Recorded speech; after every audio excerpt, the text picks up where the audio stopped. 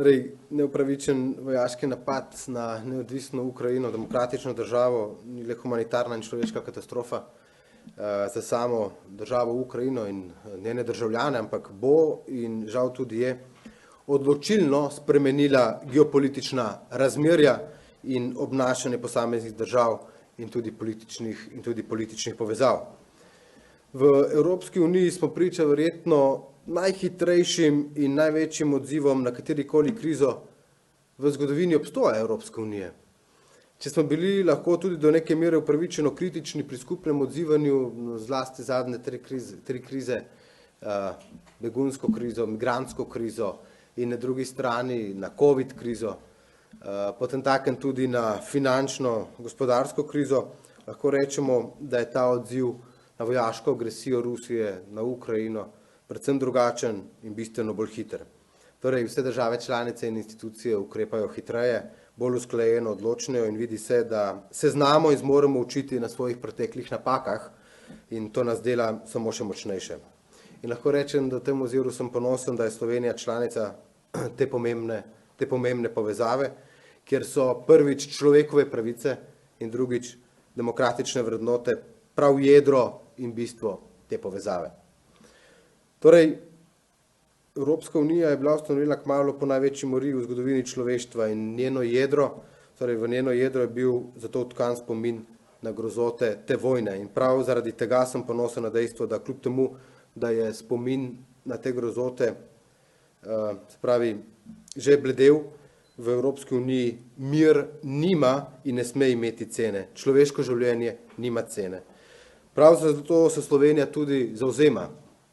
Tudi nova Slovenija se zavzema, kljub izjemni izpostavljenosti do ruskih energentov, da se uveljavi embargo nemudoma na uvoz teh energentov. Slovenija bo zmogla. Naj pomirim ljudi, ne glede na odločitve danes, jutri, glede embarga, Slovenija bo zmogla. In v nadaljevanju bom navedel tudi nekaj številk.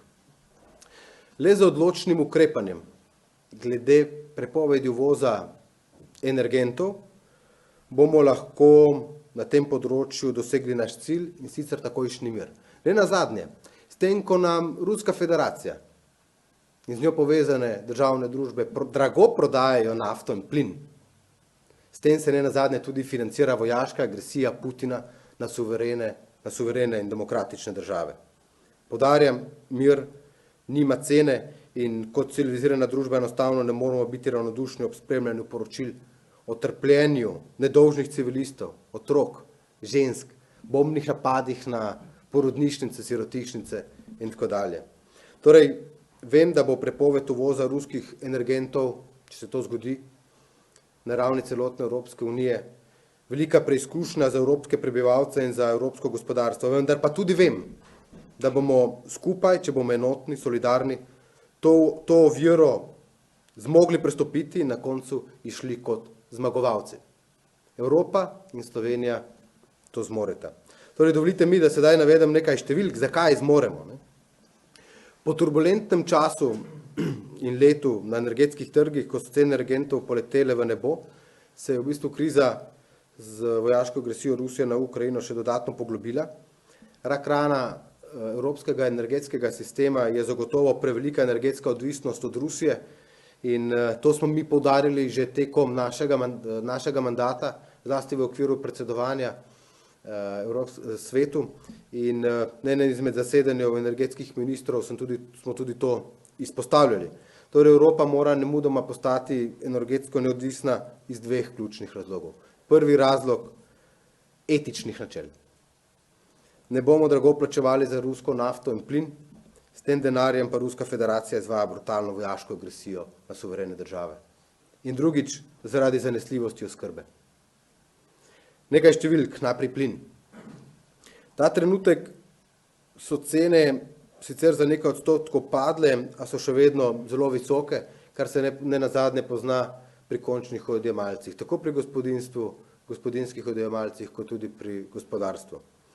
Cena je ta trenutek cca 220 € na megavatno uro, priča pa smo tudi izjemno volatilnemu trgu, da ne bo pomote. Je pa pomembno, da ta trenutek korelacija med ceno plina in na drugi strani to porabo ter emisijskimi kuponi v bistvu več ni. Če je bila v preteklosti, sedaj več ni. In emisijski kuponi so v bistvu ta mesec padli že skoraj na 50 evrov, sedaj za nekaj odstotkov so spet narastli, ampak naj spomnim, da so bili 2 mesece nazaj skoraj 100 evrov. Priča smo pa tudi rasti cen električne energije. Veleprodajne cene so poletele v nebo, dobesedno poletele v nebo, v drugem kvartalu so bile približno 500 evrov na megavatno uro in velik problem ob tem predstavlja, pozor, formula za izračun cen električne energije, ki je vezana na porabo in cene plina. Ampak iz plina v Evropski uniji proizvedemo približno 14% električne energije. In je popolnoma nelogično, da imamo v formuli za izračun električne energije vključeno tudi ceno plina in rasti plina. Torej, na zadnjem zasedanju ministrov moram poudariti, da je mnogo držav članic Evropske unije, tudi sam osebno, da smo izpostavili, da se ta formula spremeni in ne vključuje več plina, saj je popolnoma nelogično. Glede napovedi za leto 2023 so sicer glede cen plina nižje in sicer približno okrog 150 evrov, kar je sicer še vedno, se pravi za ceno elektrike še vedno zelo veliko, skoraj 3-krat več, kot je bila cena električne energije v lanskem letu. Država ob cenah elektrike ukrepa in ukrepa zelo odločno. Nenazadnje te dni dobivajo državljanke in državljani domov položnice in te so za približno polovico cenejše, kot so bile v mesecu januarju. Torej položnice za mesec februar so od vseh ponudnikov električne energije za polovico cenejše iz naslova prispevka obnovljivih virov energije, ki smo ga črtali, in iz naslova omrežnine. Torej, to je ukrep, ki je dobrodošel za vsa slovenska gospodinjstva. In ta trenutek slovenska gospodinjstva rabijo to pomoč. Glede nafte. Rusija dobavi približno 12% vse svetovne nafte. V Evropsko unijo približno 30%. Pravi, to je 30% je ta odvisnost. A pozor, v Sloveniji imamo nafte ruskega izvora za približno 90%. 90%. To so številke torej glede nafte, glede plina in tudi povzetek naše odvisnosti od dobave iz Rusije. A pozor, mir zagotovo nima cene, človeška življenja prav tako nimajo cene in cilj je ustaviti agresijo na Rusijo. To pa lahko, oziroma na Ukrajino. To pa lahko naredimo s hitrimi in odločnimi koraki. Kako? Osebno zelo podpiram seveda embargo na rusko nafto in na ruski plin. To bomo zagotovo zmogli. Če je bil v preteklosti ali pa pretekli teden velika panika v Sloveniji glede nafte, želim pomiriti ljudi. Nafte ne bo zmanjkalo. Nafte je dovolj. V skladu z evropsko zakonodajo imamo rezerve za več kot 3 mesece. Torej, nafte v rezervah je dovolj, da zagotovimo dovolj količin prvič za porabo in da drugič tudi lahko vplivamo na cene, da so te vzdržne. Država bo torej zadostno količino naftnih derivatov zagotovila iz blagovnih rezerv, skrbela pa bo tudi za vzdržno cenovno politiko. V tem obdobju pa je zagotovo dovolj časa, da spremenimo in da dobavitelji naftnih derivatov spremenijo dobavne poti in dobavo nafte iz neruskega izvora. 3 mesece časa je dovolj, da se tudi Slovenija iz teh 95% pride na 0%. Je pa ta trenutek pomembno eno dejstvo, da so cene nafte v Sloveniji nižje kot na primer v Avstriji in tudi v Italiji. Torej, nafte je dovolj, če tudi pride jutri do embarga na uvoz nafte iz Rusije. Glede plina. Evropska unija uvozi približno 40 odstotkov plina iz Ruske federacije. Skladišča v Evropski uniji so polna na približno 30 odstotkih, kar zadostuje za približno 4 mesece. Plina torej za konec te zime in za pomlad dovolj. Slovenija je tudi del energetske unije, kjer so zapisana tudi načela solidarnosti. Zato kljub temu, da Slovenija nima svojih skladišč plina, bo plin imela. Primer. O čem govorimo? Celotna poraba plina v Nemčiji je 42 milijard kubičnih metrov, v Italiji kar 30 milijard. Zato je naša vsa pozornost, tako v Sloveniji, kot tudi pri mojih kolegih v Evropski uniji, v tem, da se usmerimo zlasti v naslednjo zimo. Kako napolniti skladišča za naslednjo zimo. Drži, težko bo zamenjati ruski plin in nafto, a prej, ko bomo to naredili, če to naredimo jutri, prej bo konec vojaške agresije na suvereno Ukrajino in osebno sem prepričan, da ne le Slovenija, tudi ostale države članice v to zmorejo. Kako bo s plinom bodoče? Slovenijo plin prihaja preko, bom rekel, 3 vstopnih točk. Prvič preko Italije, če govorimo, Šempeter pri Gorici, močna kompresorska postaja, potem je Rogatec na meji s Hrvaško, pa na Koroškem oziroma na meji z Avstrijo je Ceršak. Končna poraba plina v Sloveniji, se pravi konična poraba plina v Sloveniji, torej naš največji pik je približno 4,5 milijona kubičnih metrov na dan. Naše zmogljivosti dobave pa so, zlasti bom govoril o Šempetru. Na dan gre skozi Šempeter pri Novi Gorici ta trenutek približno 2,5 milijona kubičnih metrov. Iz Šempetra lahko ta trenutek pa največ dobavimo 3,5. Se pravi, največ lahko ta trenutek je ta kompresorska postaja, ima zmogljivost 3,5 milijona kubičnih metrov na dan. Torej, iz 2,5 lahko pridemo na 3,5 milijona kubičnih metrov. Z nadgradnjo kompresorske postaje, tukaj se že pogovarjamo tudi s plinovodi, lahko pridemo do 4,1 milijona kubičnih metrov na dan. Zakaj govorim o Šempetru? Zaradi možnosti dobave plina v Slovenijo iz afriških držav, Alžirija, Maroko in druge afriške države, preko seveda Italije. Moja služba za odnose z javnostmi na ministrstvu je te dni že vstopila v kontakt tudi s italijanskim kolegom, ministrom za energetiko, in bomo v naslednjih tednih tudi s tem namenom organizirali gospodarsko srečanje, gospodarsko delegacijo, da bi si lahko zagotovili pač plin tudi preko Italije, ne ruskega izvora, in povečali te zmogljivosti.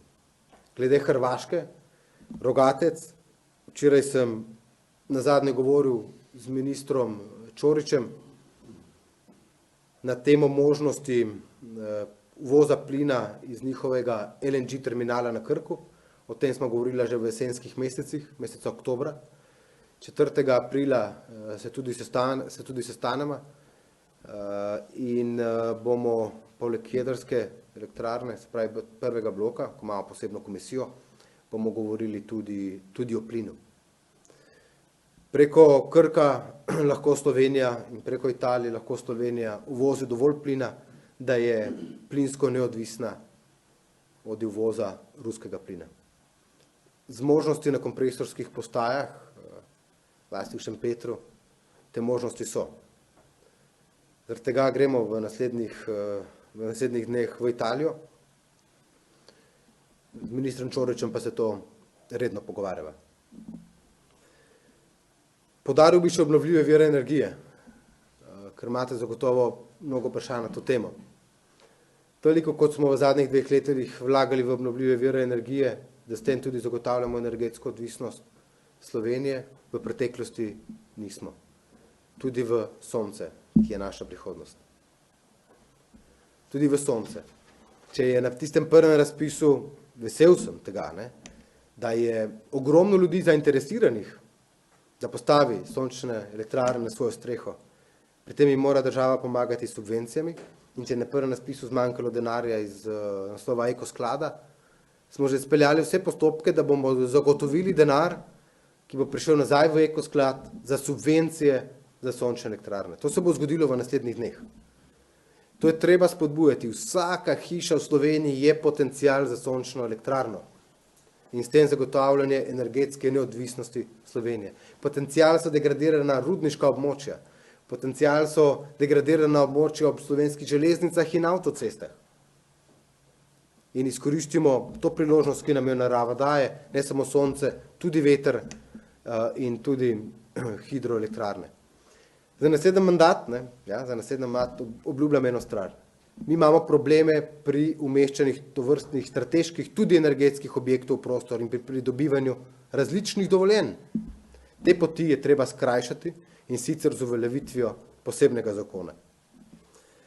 Za konec, in se opravičujem, da sem bil daljši, ampak prav je, da ljudje vedo in imajo informacije, da je energentov v Sloveniji dovolj in da bo dovolj plina in da tako za gospodinjstvo kot za gospodarstvo in da bo dovolj tudi nafte. Bi spregovoril samo še eno stvar in sicer kibernetska varnost. Na Ministrstvu za infrastrukturo pozivamo vse odgovorne v družbah kritične infrastrukture k res doslednemu spoštovanju in izvajanju vseh ukrepov povezanih z kibernetsko varnostjo. Ta je ta trenutek res pomembna, tudi z vidika tega, ko se elektroenergetski sistem Ukrajine vključuje v evropski elektroenergetski sistem. Naš Seles tukaj vodi vse postopke res zelo zgledno in smo veseli tega, da se bo elektroenergetski sistem Ukrajine priključil k slovenskemu. Torej, kibernetska varnost za kritično infrastrukturo je ključnega pomena zlasti v teh dneh in v naslednjih mesecih. Najlepša hvala. Prosim za vprašanje. Govorili ste prej o nafti, o paniki, ki je bila ob napovedanem povišanju. Se mi zdi, da ljudje so se ustrašili, da bo pomanjkalo nafte, po drugi strani pa tudi po povišanju cen. Zdaj smo videli, povišali so se cene v torek, danes so nekatere bencinske črpalke ponovno zvišale cene in ljudje so prestrašeni zaradi tega, ker si kmalu ne bodo, karikiram, mogli več privoščiti napolniti svojega avtomobila. Kako namerava tukaj država pomagati ali bo pač pustila, da cene pridejo, da kamor pridejo? To sem že odgovoril, da lahko država in da država tukaj bo priskočila na pomoč. Kako pa? S tem, ko se lahko sprostijo blagovne rezerve, s tem namenom, se pravi, da se zagotovi dovolj nafte, se lahko vpliva tudi na ceno. Je pa potrebno več eno dejstvo, te cene so še vedno nižje kot v tujini. Če država ta trenutek se odloči, da bodo te cene drastično nižje kot v Italiji, v Avstriji, potem se moramo zavedati, da bodo te rezerve, ki bomo mi dali zlasti za slovenski trg, da okrog Slovenije ni nekega zidu, da bi preprečili recimo italijanskim državljanom ali pa avstrijskim državljanom, da bi kupovali tukaj nafto. Tukaj treba biti pameten pa zmeren. Verjetno me boste naslednje vprašanje bo liberalizacija tega trga. Te liberalizacija v tem pomenu ima na končno ceno približno 6%, znotraj te marže 6%, se pravi celotnega vpliva. To je zanemarljivo. Veliko več vpliva imajo druge možnosti, o katerih smo že govorili, mislim, da je minister Počivalšek o tem že govoril in ta rešitev je tudi najboljša. Če ste za ponovno regulacijo cen naftnih derivatov v Sloveniji ali ne? Vi? Ne, jaz osebno sem proti, da bi ta trenutek to naredili, kajti na končno ceno ima zanemarljiv vpliv. Govorimo o 5–6%. Kaj pa znižanje DDV? To je druga varianta na to, ampak to bi moral vprašati ministra odgovornega za finance. Ne vem, kaj to pomeni celoto na državni proračun, na drugi strani. Ampak pravim, tudi te cene lahko se blažijo s tistim ukrepom, ki sem ga že uvodoma navedel. Bistveno pa je, da res zalog imamo dovolj. Ampak če primerjate ta trenutek cene naftnih derivatov v Sloveniji, pa v Avstriji, v Sloveniji in Italiji, vas videli so pri nas nižje, zlasti dizel. Vlada je na tej zadnji seji redni začela z obravnavo možnih scenarijev za zagotavljanje vzdržne cenovne politike pogonskih goriv, ni končala.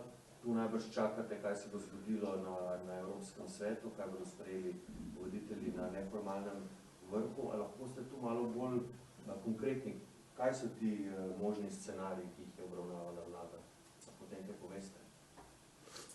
Vsi scenariji, ki jih je vlada obravnavala, upoštevajo to, da bo plina dovolj in da bo nafte dovolj in da ni panike, da bi karkoli v Sloveniji zmanjkalo. Energentov bo dovolj, ne glede na to, če pride danes, jutri do embarga, tako plina kot nafte. Kakšni načrti, da bo vlada nadaljevala s to razpravo in da je sprejela take ukrepe? Vlada je zelo fleksibilna in če pride danes na zasedanju predsednikov vlad Evropskih držav do kakšne odločitve, potem je vlada zelo fleksibilna, se lahko že jutri, zvečer ali katerikoli drugi dan sestane in sprejme odločitve. Imamo pa vse pripravljeno. Tako kot nismo ljudi pustili same pri visokih cenah elektrike in smo položnice znižali za polovico, tako ljudje ne bodo sami ta trenutek, ko govorimo o nafti in plinu. Ampak bo obojega dovolj, z različnimi ukrepi pa bomo tudi blažili cene. Ste bili morda še to, gospod minister, kaj v stiku s hrvaškimi kolegi, sicer preverjamo tudi pri obrambnem ministru Toninu, pa vendar glede tega domnevno drona, ki je padel danes po noči na območje Jaruna v Zagrebu, imate morda tu vi kakšne informacije, zakaj je to šlo, ste kaj govorili s hrvaškimi kolegi? Ne, ker jaz imam informacije, že vi ste rekli domnevno drona, torej najprej pogledamo, kaj je padlo. Tako da nisem bil v stiku s kolegom Butkovičem na to temo. Me še zanima za sončne elektrarne, po koncu prihodnjega leta bo morda manj privlačno postaviti sončna elektrarna zaradi evropskih pravil, direktive glede obračuna teh viškov. S kakimi ukrepi nameravate spodbujati še uporabo sončne energije? Evropa gre v to smer, da bo treba še več. Zagotovo bo treba še več, tukaj bo treba dati še več finančnih sredstev ljudem, fizičnim osebam na voljo. Veliko lahko naredijo tudi elektroenergetska podjetja, pri tem, da ljudem pomagajo pri samem odplačevanju obrokov in tako naprej. In primarno sami postavijo to infrastrukturo, potem pa ljudje to dolgoročno odplačujejo. Jaz sem vesel, da se ljudje zavedajo pomena sončne energije in da si res vedno več ljudi želi postaviti na svoji strehi sončno elektrarno. Glede tega dejstva, se pravi, da se potem višek ne obračuna. Mogoče je bilo to treba odpreti diskusijo na ravni Evropske unije o tem, da se bi tudi to spremenilo. Se pravi, če ima nekdo potencial, da dobi več, zakaj pa ne bi imel več.